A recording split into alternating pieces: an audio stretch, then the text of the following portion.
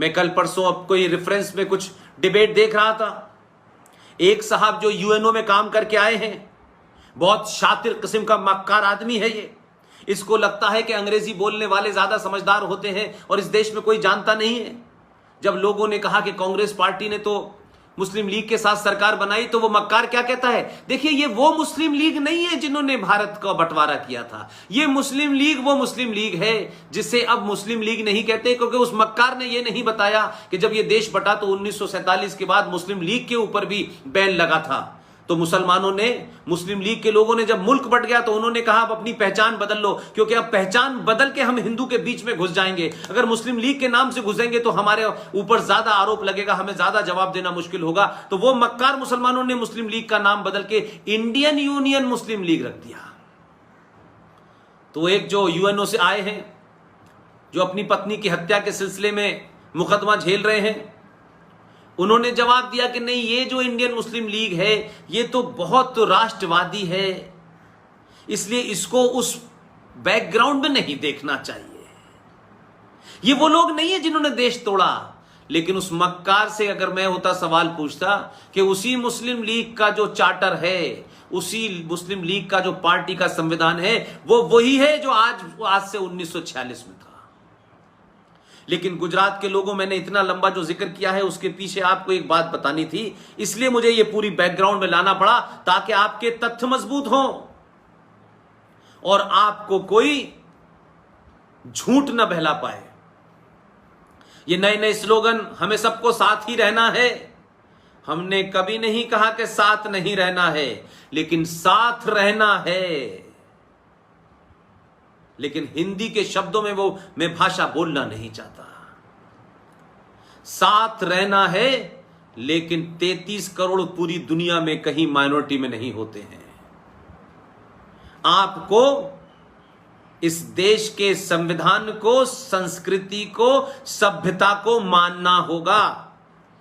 आप सरकारों पे दबाव बना करके इस्लामिक देशों से, भारत की सरकार पे दबाव बना करके जो काम आज से कई सौ साल पहले एक मक्कार सूफी मुसलमान, जिसे आप लोग जिसमें कंफ्यूज कर गए हैं, उस शाह वलीउल्लाह जिस मक्कार की मजार दिल्ली में बनी हुई है, और बहुत बेवकूफ बहुत सारे हिंदू ये जानते ही नहीं हम क्यों जा रहे हैं।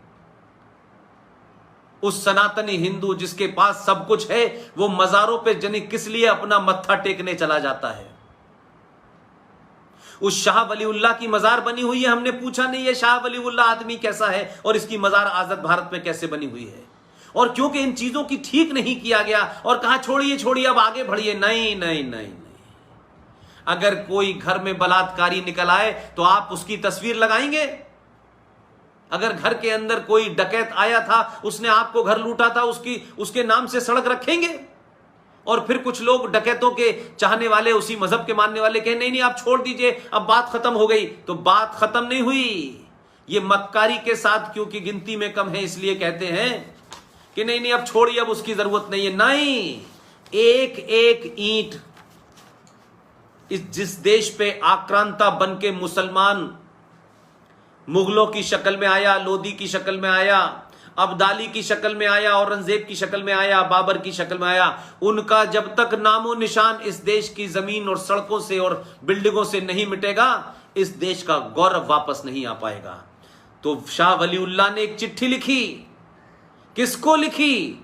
अहमद शाह अब्दाली को, कि भारत में इस्लाम खतरे में है, आप यहां आइए और हमला कर दीजिए। वो चिट्ठी भी मौजूद है आर्काइव में, लेकिन उसकी भी मजार पे फूल चढ़ रहे हैं। जिसने, गद्दार ने चिट्ठी लिख के बाहर से अहमद शाह अब्दाली को बुलाया।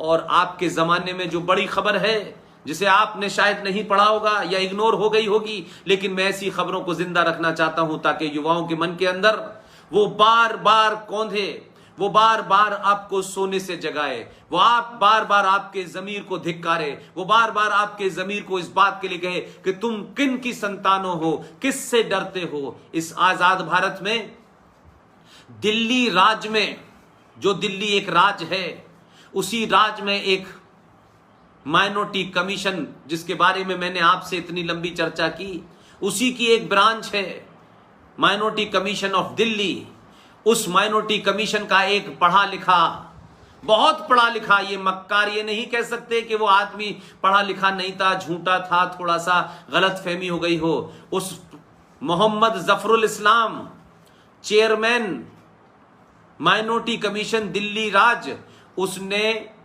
इस्लामिक देशों को चिट्ठी लिखी शाह वलीउल्लाह की तरह कि भारत में मुसलमान खतरे में हैं, आप वहां से कुछ हमारी मदद कीजिए, भारत की सरकार पे दबाव डालिए। तो शाह वलीउल्लाह आज भी आपके बीच में हैं। जो गलती हमारे पूर्वजों ने उन्हें इग्नोर करने की आप मत कीजिएगा, इसलिए कि आप ये इनको पालेंगे, इनको पनपने देंगे। तो शाह वलीउल्लाह की जो नाजायज औलादें हैं इस देश के अंदर, वो वही काम कर रही हो जो शाह वलीउल्लाह ने किया, जो अकबर ने किया, जो बाबर ने किया। अब अगर ये कह दो तो कहते हैं कि साहब ये देखिए हमारे बारे में ऐसा बोलते हैं। तो मेरा कहना यह है कि क्या इनका बाप लगता है औरंगजेब, जिसके सड़क बदल जाने से इस देश में मुसलमान सड़कों पे निकल के आते हैं? क्या ये बाबर की औलादें हैं, जिसको ठीक करने पे अगर उसने मंदिर तोड़ा था तो उसके खिलाफ, उस मंदिर के बनने के खिलाफ 150-500 साल से कोर्ट में कौन सा मुसलमान लड़ रहा था? क्या औरंगजेब के वारिस लड़ रहे थे या बाबर के वारिस लड़ रहे थे? तो ये अपने आप को उसका वारिस मानते हैं, तो उनके तोड़ी हुई चीजों को बचाने के लिए भारत के बहुसंख्यक समाज से लड़ रहे हैं।